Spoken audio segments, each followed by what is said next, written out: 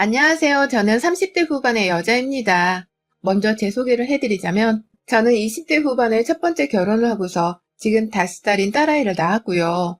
1년 전인 지금의 남편을 만나 재혼을 해서는 뒤늦게 또다시 신혼을 즐기며 잘 살아가고 있는 나름의 새댁이랍니다. 제게는 두 번째 새댁살이겠네요. 첫 번째 결혼이 남편과의 성격 차이로 이혼을 했었던 만큼 두 번째 결혼은 부디 아무 일 없이 해로하면서 남편이랑 오래 잘 살 수 있기를 바랬습니다. 부부 사이에 일어날 수 있는 갈등이나 문제를 무조건 이해하고 들어주는 식으로 갈등을 피해서 살자며 스스로 다짐을 했었죠. 남편과 잘 지내보고 싶은 마음이 크다는 걸 직접 보여주기도 하고 얘기를 들려줘 보면서 서로 잦은 대화를 나누며 살자고도 약속을 했고요. 무엇보다 제게는 전 남편과 낳은 아이가 있었기 때문에 지금도 전 남편과 어쩔 수 없는 교류를 할 수밖에 없는 상황이었습니다.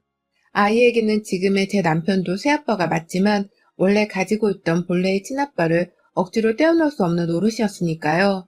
그걸 전 남편도 원했습니다. 그래서 주기적으로 한 달에 한 번 정도는 아이를 데리고서 전 남편을 만나러 갔고 당연히 저는 아이만 맡겨놓고선 금방 헤어지곤 했었는데요. 그래도 혹여나 하는 의혹을 해소하기 위해서 남편에게도 결혼 전에 미리 다 설명을 했었고 이해를 해주겠다는 확답을 받고 나서야 저도 이 재혼을 결심했습니다. 내 이기심 때문에 내 아이가 새아빠로부터 혹은 주변 어른들로 인해서 힘들어지는 상황을 무조건 막고 싶었고 그래서 재혼하기 전에 남편뿐만 아니라 새로 만나게 된 시댁 식구들에게도 모두 제 아이의 존재부터 알려드리고 확인을 받으려 했어요.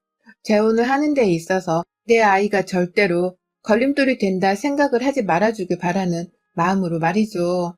시부모님도 그리 저를 좋아라 하진 않으셨지만 얘가 무슨 죄겠냐면서 제가 데려올 아이의 존재에 대해서 막 거부감을 비추지는 않으셨습니다. 그건 제가 두고두고 감사할 일이었죠. 하지만 결혼을 하며 드러나는 사소한 갈등들은 참 예고도 없이 찾아오더라고요. 아무리 시어머니랑 잘 지내보려고 해도 제 아이가 늘 수면 위로 거론이 되고는 했습니다. 제가 절대로 원하지 않았음에도 말입니다. 저희 어머니는 일단 자기 아들이 1살이라도 저 젊었을 때에 아이를 낳고서 가정을 꾸리기를 원하셨어요. 그래서 저하고 남편이 교제 사실을 알리기 전부터 열심히 주변으로 사방팔방 남편의 손자리를 알아보고 다니셨다고도 하고요. 그러다가 이혼녀에 이까지 딸린 저를 소개해드리자 어머님은 상당히 불쾌해하셨습니다.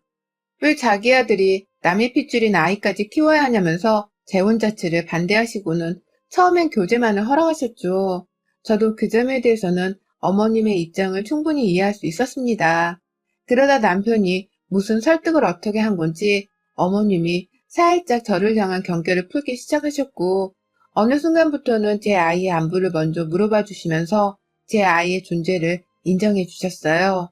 이때 아이가 무슨 죄냐는 말씀도 하신 것이었고요. 사실 저희 남편도 저하고 재혼을 한 것이었거든요. 원래 결혼했었는데 저처럼 성격 차이로 본초와 이혼을 하고서는 3년 정도 혼자 살다가 저하고 교제를 하게 되면서 재혼 결심을 한 케이스였습니다. 저희 둘 다 따지고 보면 이혼을 한 남녀였고 저 혼자서만 아이를 낳아 키우고 있던 엄마이기도 했던 것이었죠. 이혼을 한 것이 흠이라면 저를 싫어하실 때만 해도 살짝 시어머니가 내로남불을 보이고 계신 게 아닌가 싶어 섭섭했습니다. 자기 아들도 이혼을 한 케이스인데 저한테만 여자라는 이유로 흠이라고 잔소리를 하고 싫어하는 것이 좀 억울했었죠. 그러다가 제 아이를 언급하면서 남의 집 핏줄이라고 하시면 거기에는 아무런 반박을 할 수가 없어서 속으로 많이 괴로워하며 꾹 참았습니다. 그런데 먼저 마음을 바꾸시고는 저와 제 아이의 안부를 함께 물어봐 주시는 어머님의 태도에서 저도 마음이 살짝 열렸고 결국 재혼을 허락해 주신다고 하면서 제 아이를 환영해 주시니 세상 기쁘지 않을 수가 없었어요. 그래서 결혼을 하고 난 후에는 정말 시부모님께 그리고 남편의 형제들한테 잘해드리면서 제 재혼을 허락해 주신 것에 대해서 평생 은혜를 갚으며 살겠다고 결심을 했습니다. 그중 하나가 바로 재혼한 남편과 잘 지내는 것이기도 했고요. 거기에 더불어 저도 먼저 나서서는 시부모님을 살뜰히 챙기고 살며 애쁨 받는 며느리가 되고자 했죠. 그렇게 산지 지금이 딱 1년이 좀 넘었습니다. 결혼을 하고서는 저희 부부가 계속해서 서울에 지내고 있었고 시부모님의 댁은 경기도였기 때문에 거리가 마냥 가까운 편은 결코 아니었어요. 그래서 시부모님이 차를 끌고 저희 집에 오시거나 저희 부부가 직접 주말에 차를 몰고서는 시댁에 가야지 서로가 편하게 얼굴을 볼 수 있었는데요. 이게 참 결혼하고 얼마 지나지 않아 문제가 되더라고요. 거리상으로도 서로 먼데도 불구하고 새가족이 되었으니 얼굴을 자주 보고 말을 섞으며 익숙해져야 한다는 어머님의 말씀에 어쩔 수 없이 한 달에 2번씩은 꼭 주말을 맞아 시댁을 찾아가야 했습니다. 그것도 제 아이를 데리고서 말이죠. 새가족이 된 저와 제 아이하고 친하게 지내며 정을 붙이고 싶어하는 시어머니의 뜻을 잘 알았기 때문에 처음에 저희 가족을 집으로 부르려고 하실 때 기쁜 마음으로 가겠다고 대답을 했었습니다. 가는 길에 혹여나 어머님이 좋아하실까 싶어서 혼자 베이킹을 만들어 싸가기도 했고, 제가 화장품 회사를 다니는지라 괜찮은 샘플들이 좀 많이 들어오는 편인데요. 그 샘플들을 모아놨다가 저는 하나도 안 쓰고 시어머니를 드리거나 형님께 선물이라고 전해드리면서 제 딴에는 환심을 사고 예쁨을 받아보려고 노력을 했어요. 딸아이가 할머니 집에 가서 좀 많이 어색해 하기도 했음에도 불구하고 제 아이를 제대로 살펴보지 못한 채 그저 시댁 식구들 앞에서 예쁨을 받아보겠다며 시어머니가 부르시면 쪼르륵 달려가 부엌에서 왼종일 시간을 보내고 딸아이는 내버려 두기만 했습니다.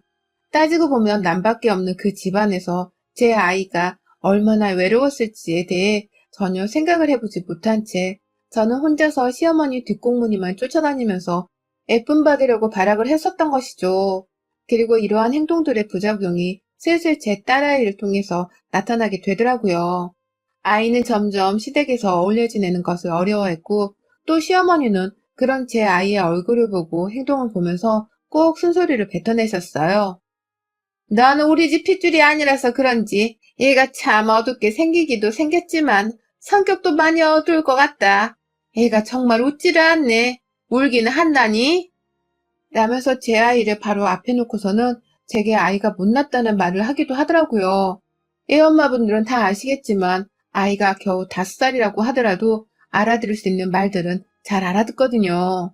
어른들이 주는 눈치도 벌써 다 알아챌 정도로 어른과 다름없는 자기만의 주체적인 성격을 가지고 있단 말입니다. 그러니 제 아이가 얼마나 더 시댁에서 눈치가 보였겠어요. 그런데도 저는 그런 시어머니께 아직 많이 낯설어서 그런가 봐요. 제가 좀 타이르고 가르치겠습니다. 라면서 덩달아 눈치를 보고는 제 아이가 잘못된 것 마냥 대답을 했으니 아이의 정신건강이 많이 피폐해질 수밖에 없었던 것 같습니다. 그래서인지 아이는 점점 더 클수록 사람 눈치를 보고 또 덩달아 엄마인 제 눈치도 보기 시작했어요. 하지만 그럼에도 시어머니의 저를 향한 호출은 끊이지를 않았어요. 틈만 나면 가족들과 우애를 다지자면서 코로나가 터진 와중이었는데도 시댁으로 불러드렸고 제가 한 번은 코로나 때문에 회사 출근도 좀 해야 해서 많이 불안하다고 말씀을 드렸더니만 어떻게든 저를 보겠다면서 딱 저희 식구만을 시댁으로 부르시더라고요. 형님네랑 도련님네는 부르지도 않고서는 네가 하도 코로나 걱정을 해서 다른 형제들은 아무도 안 불렀다. 이제 됐지? 라면서 말씀을 하셨고요. 그러니 저도 더는 코로나로 안 가겠다는 핑계를 댈 수가 없더라고요. 제가 무슨 핑계를 대면 그걸 또 해결해서라도 저를 부르겠다며 어떤 짓을 하실지 모르는 분이셨으니까요. 애초에 남편이 빨리 아이를 가져서는 단란한 가정을 꾸리는 것이 목적이셨던 어머니께서는 그렇게 저를 불러선 늘상 왜 아이 소식이 아직 없냐는 말을 자주 물어보셨습니다. 결혼 초에는 그래도 친해져 보겠다는 명분으로 집으로 불러대기만 하더니 올 초부터는 부쩍이나 임신 타령을 하면서 더 소식이 늦어지면 큰일 난다는 말씀을 하시더라고요. 이미 나이가 차 있어서 내일 모레 40인데 언제 애를 가져서는 언제 애를 낳냐면서 마치 임신을 하고서 출산하는 그 과정을 미역국에 들어가는 미역줄기 마냥 묘사를 하며 말씀을 하셨습니다. 더 정확히는 말씀이 아니라 저를 혼내신 것이었고요. 임신이 제멋대로 되는 것이라면 제가 지금 당장 아이를 가졌겠죠.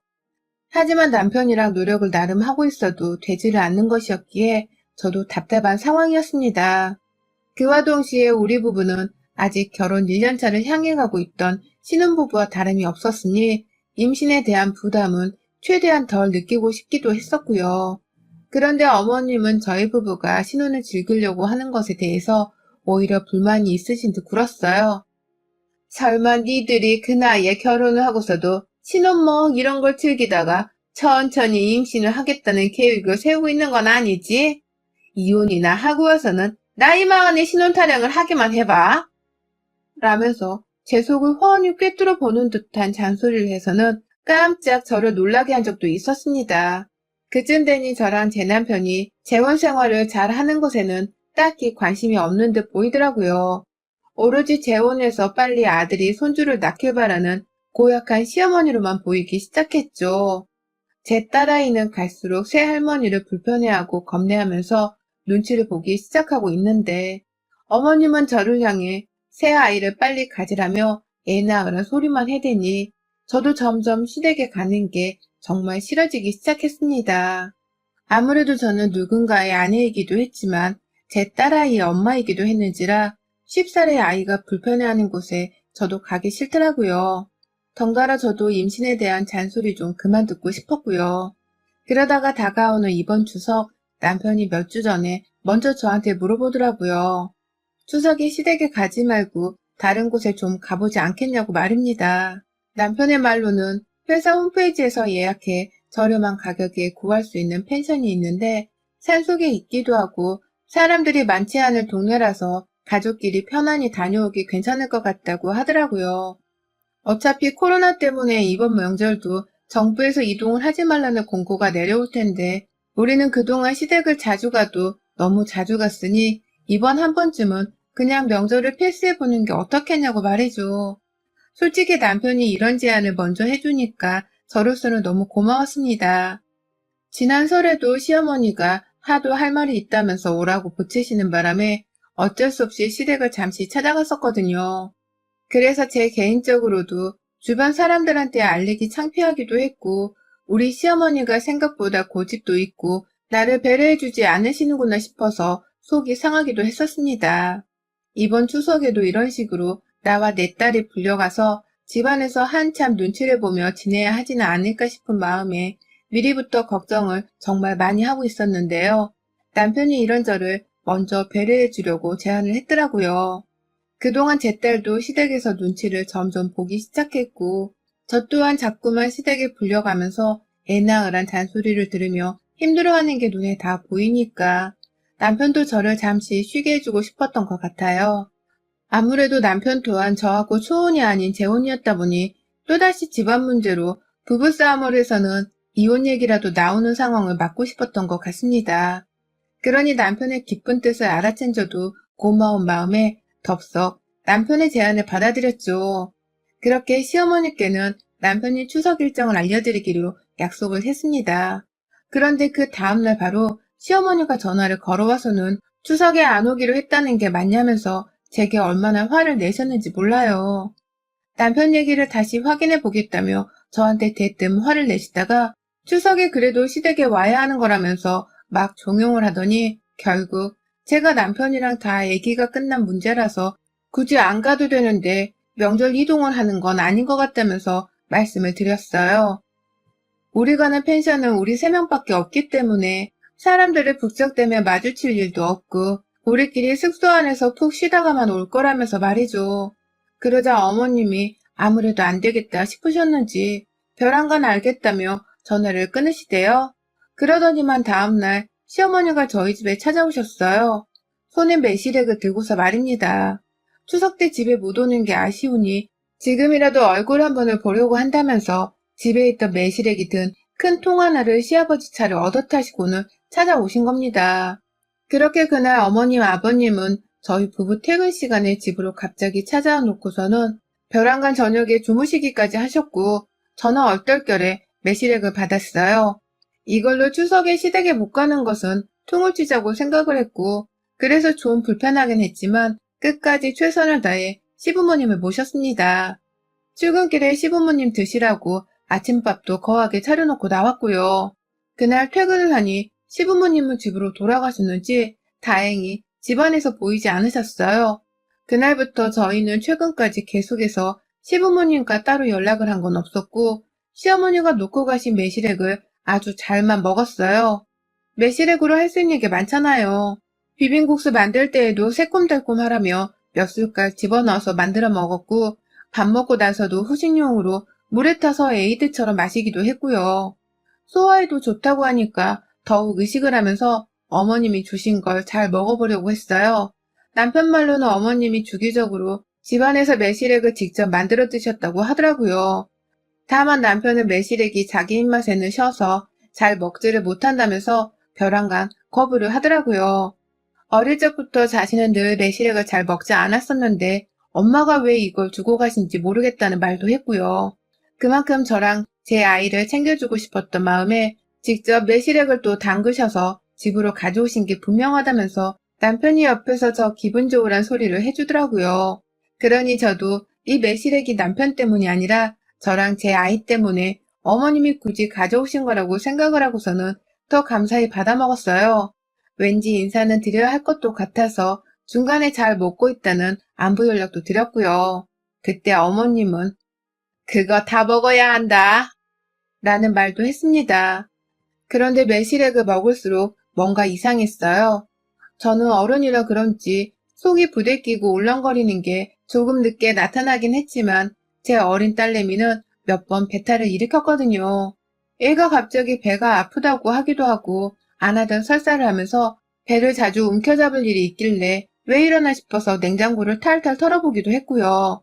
내가 뭔가 유통기한 지난 걸 자꾸 쓰고 있나 싶어서 조미료들을 찬찬히 살펴보기도 했습니다. 그도 모자라서 생각을 하다 불현듯 매실액이 눈에 들어왔죠.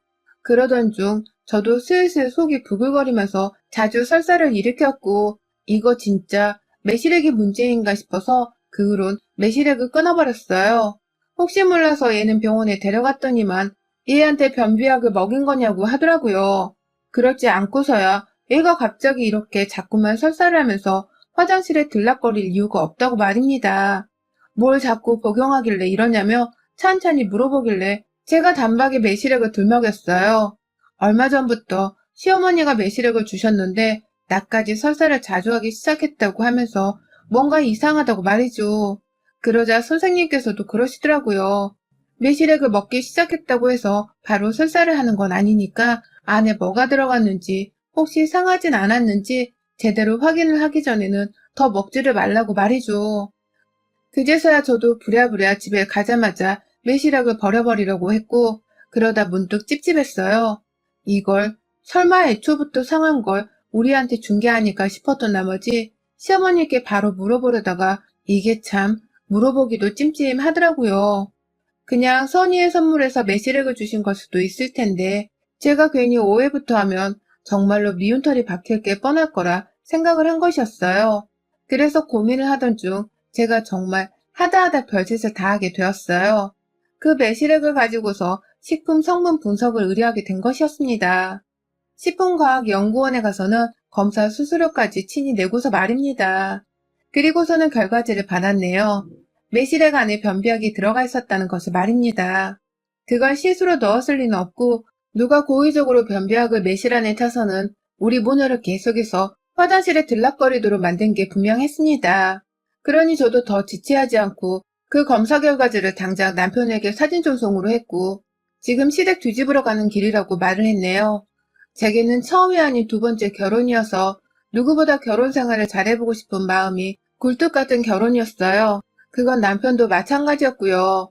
그런데 시어머니가 다른 짓도 아닌 변비약을 타먹여 내 아이의 건강까지 해치는 짓거리를 하셨다는 것은 결코 용서할 수 없는 일이었습니다. 이건 바로 고소를 해서라도 위자료를 받아낼 수 있을 정도의 위험천만한 짓과 다름이 없었어요. 남편도 그 심각성을 인지한 건지 바로 시댁으로 오겠다고 하고 그러니 저도 매실액을 부둥켜 안고서는 바로 시댁으로 갔습니다. 당연히 제 손에는 검사지까지 붙들려 있었고요. 집안에 들어가자마자 매실액 뚜껑을 열었다가 거실 바닥에 확 그냥 다 뿌려버렸어요. 끙끙 들고서 시댁 안으로 들어가자마자 이걸 왜 도로 가지고 왔니? 라고 물어보는 시어머니의 말이 너무 신경질이 났거든요. 거실 바닥에 놓아두자마자 병을 넘어뜨려 끈적이는 그 매실액을 다 거실 바닥으로 흘러내리게 만들었고, 그와 동시에 흘러내리는 매실액을 피하며 혼을 내려 하시는 시어머니께 검사지를 들이밀었습니다. 어디서 변비약 안에나 들어있을 법한 성분들을 구해서는 매실액 안에 집어넣은 거냐면서 제 아이의 병원 검사 기록까지 들먹이며 사람 하나 골로 보내려 한 막장 심으라며 언성을 높였어요. 내 아이가 설사로 화장실을 들락거리다가 골로 갈 뻔한 걸 어머님이 아시냐고요. 어떻게 이제 겨우 초등학교도 안 들어간 애한테 변비약을 탄 매실액을 먹으라고 줄 수가 있으세요?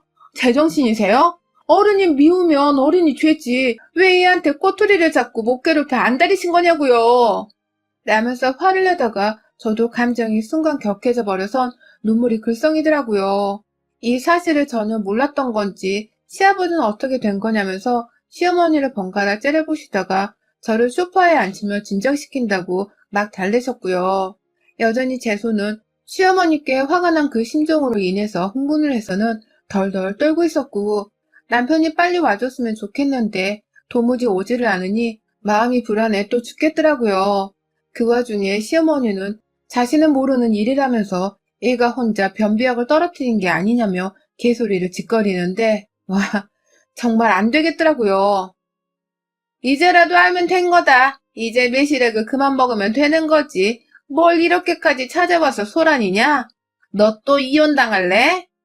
라면서 저한테 상처가 되는 줄 뻔히 아는 말씀을 아무렇지 않게 해대는 어머님의 말에 저도 지지 않고 말씀드렸어요. 그럼 어머님도 이거 한번 잡숴보시고 이게 얼마나 속을 부글부글 아프게 하는지 직접 느껴보시던가요. 나는 말과 함께 바로 부엌으로 뛰어들어가서는 국자 하나를 끄집어 왔어요. 거실 바닥에 흘러내려 끈적이게 붙어버리고 있던 그 매실액을 국자로 긁어 겨우 퍼담아서는 바로 시어머니를 향해 달려들었어요. 먹어보시라니까요. 내 딸아이가 얼마나 고통스러워했을지 어머님도 직접 먹어보고 느껴보시라니까요. 라면서 그 얼굴에 대뜸 국자부터 들이밀다가 서로 오시며 팔에 끈적이는 매실액이 흘러내리고 둘러붙어선 난리도 아니었습니다.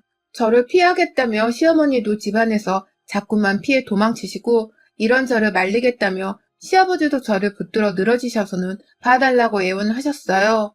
그 와중에 집에 도착한 남편은 바로 저에게 달려들어 손에서 국자를 뺏었고 그걸 그대로 시어머니 코앞에다가 가져다 던져버리더라고요. 사람이 할 짓이에요? 어디 할 게 없어서 먹을 것에 손을 대고 내가 정말 엄마 아들이라는 게 수치스러워서 여기 오는 내내 얼굴이 화끈거려 미칠 것 같았어요. 아내랑 얘 얼굴을 이제 어떻게 보고 사냐고요. 내 결혼을 2번이나 망칠 셈이에요? 라면서 얼마나 큰 목소리로 소리를 쳤는지 모릅니다. 얼마나 목소리가 우렁찼으면 제 속이 다 뻥 뚫릴 정도였다니까요. 그러니 시어머니도 아들한테서 국자로 맞을 뻔했다고 생각을 하시는 건지 가만히 그 자리에서 저를 따라 눈이 충혈되어서 흐느적거리기만 하다가 네가 명절에 안 온다고 먼저 말했잖아. 네가 어떻게 명절에 엄마를 안 보러 올 수가 있어? 네가 똑바로 처신을 했으면 내가 괘씸하다며 이 집까지는 하지 않았을 거 아니냐. 라고 말씀을 하시더라고요. 도대체가 왜 남편의 전 부인이 남편과 성격 차이로 이혼한 건지, 시어머니가 어떻게 행동을 했길래 이혼을 했을지 정말 뻔히 보이더라고요. 그러니 더더욱 저도 기분이 불쾌하다 못해 열이 날 수밖에 없었고, 더는 이 무서운 악마랑은 어울리면 안 되겠다는 확고한 마음이 들었어요. 남편에게 혼자 알아서 인연을 끊던, 아니면 나랑 2번째 이혼하고 이제라도 각자 살던 알아서 하라며 곧장 화장실로 직행을 했고요. 제 몸에 묻은 매실액을 다 씻어내고 난 후에야 화장실을 나오니 남편은 저를 따라 화장실 안으로 들어가 자기 몸 일부를 씻더니만 가자 라고 말하더라고요. 내가 왜 너랑 이혼을 해? 차라리 엄마랑 연을 끊고 말지 라는 소리를 하면서 말입니다. 그러니 시어머니는 야, 너! 라면서 뒤에서 곡소리를 내며 주저앉아 우셨고 남편을 끝내 뒤돌아보지도 않은 채로 저를 데리고서는 시댁을 빠져나왔어요. 시아버지도 얼른 가라면서 저희 부부가 무사히 집을 빠져나가는 것을 도와주셨고 그렇게 저희 부부는 천만다행히도 2번째 이혼하는 걸 피할 수 있었습니다. 저희 부부는 현재 예정대로 펜션으로 셋만의 추석여행을 떠날 계획이고요. 절대로 시댁은 시어머니를 봐서라도 명절에 찾아가지 않을 생각을 하고 있어요. 남편도 그렇게 하지 않았다가는 2번 이혼을 감내해야 할 극한의 상황에 놓일 걸 잘 아는 건지 시댁 얘기는 발설도 안 하고 오히려 제 딸과 추석 여행을 즐겁게 준비해주고 있답니다. 세상에 무시무시한 시어머니들이 많다고는 하지만 이 정도로 친손녀가 아닌 제 딸에게 변비약까지 타먹이면서 자신의 괘씸함을 복수하려고 하는 시어머니는 들어보지를 못했던 것 같아요. 그러니 남편의 첫 와이프가 이혼을 했다고도 생각이 들며 나라도 내 결혼 생활을 잘 지켜내기 위해서는 시어머니랑 제대로 거리를 두고 살아야겠다고 다짐했네요. 내 결혼을 위해서 그리고 내 딸아이의 건강을 위해서라도 이제 다시는 시어머니 손에 만들어진 음식도 입에 대지 않을 겁니다. 당연히 내 집에 초대를 하거나 대접할 일도 없을 거고요. 여러분의 생각은 댓글로 남겨주세요. 오늘도 시청해주셔서 정말 감사합니다.